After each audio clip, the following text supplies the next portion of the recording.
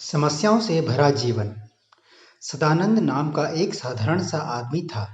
वो भगवान की सच्चे मन से भक्ति करता था।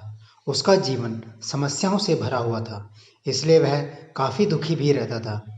कभी घर में कोई बीमार पड़ जाता, पूरी मेहनत से काम करने के बावजूद नौकरी में सफलता नहीं मिलती, तनख्वाह नहीं बढ़ती। ऐसी छोटी मोटी कई समस्याएं उसके जीवन में चलती रहती थी। सदानंद अक्सर यह सोचता था कि वह तो किसी भी तरह का गलत काम नहीं करता है, फिर भी उसके जीवन में इतने दुख कष्ट क्यों हैं। ऊपर से वह भगवान की इतनी भक्ति करता है, तो फिर भगवान उससे अच्छा जीवन नहीं देते क्यों। उसे जानने वाले लोग भी उसको प्रोत्साहित करते और कहते कि तुम्हारे साथ सब अच्छा होगा, क्योंकि तुम भगवान की इतनी भक्ति जो करते हो। एक दिन सदानंद का काम पर अपने बॉस से काफ़ी झगड़ा हो गया, जिसके चलते उसे नौकरी से निकाल दिया गया। उस दिन सदानंद बड़ा दुखी मन से घर आया और भगवान के सामने बैठकर पूजा करने लगा और भगवान से कहने लगा कि भगवान, आज कुछ भी हो जाए, आज आप मेरे सपने में आओगे और मुझसे बात करोगे। भगवान अपने सच्चे भक्तों की बात जरूर सुनते हैं, और उस दिन भी कुछ ऐसा ही हुआ। रात को जब सदानंद सो रहा था, तो उसके सपने में भगवान आए। भगवान को अपने पास पाकर सदानंद ने अपना मन भगवान के सामने हल्का करना शुरू कर दिया। मैं अपनी समस्याओं के बारे में बोलता ही गया। जब उसने अपने मन के सारे विचार भगवान के आगे निकाल दिए, तब भगवान ने मुस्कुराते हुए उससे कहा, बताओ तुम क्या चाहते हो। सदानंद बोला, भगवान जी, मैं आपका भक्त हूँ, मैं कोई गलत काम नहीं करता, फिर भी मेरे जीवन में इतना दुख क्यों है। मैं देखता हूँ कि जो लोग गलत काम करते हैं, सही राह पर नहीं चलते हैं, वह बड़े मौज से जीवन जीते हैं। ऐसा क्यों है। भगवान ने सदानंद से कहा, यह सब एक चक्र है जो कई जन्मों के पाप पुण्यों के हिसाब से चलता है। सबको अपने अपने हिस्से के कष्ट भोगने पड़ते हैं। फिर भी तुम मेरे सच्चे भक्त हो, इसलिए मैं तुम्हें एक उपाय बताता हूँ। तुम सुबह जब उठोगे तो तुम्हारे घर से 10 किलोमीटर दूर जो पुराना मंदिर है, वहाँ एक बरगद का पेड़ है।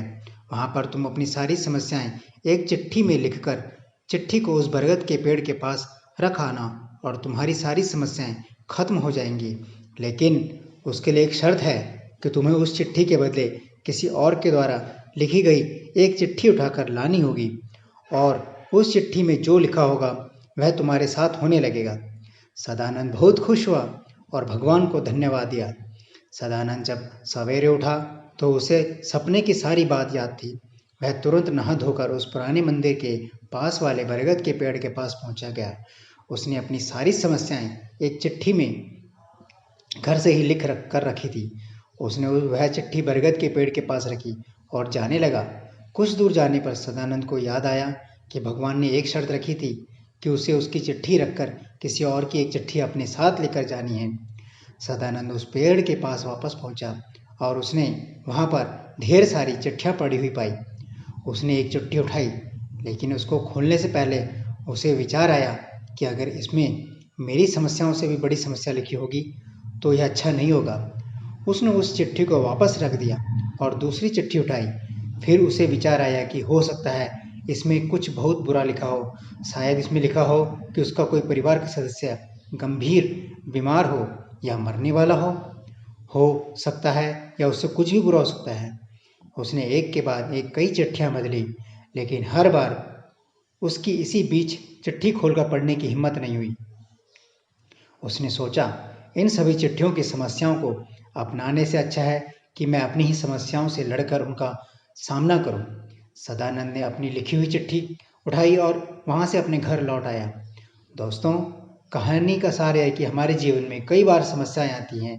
कोई छोटी होती है, कोई बड़ी होती है, लेकिन उन समस्याओं से भागकर कभी उनको ख़त्म नहीं किया जा सकता। और उन्हें ख़त्म किया जा सकता है उनका सामना करके।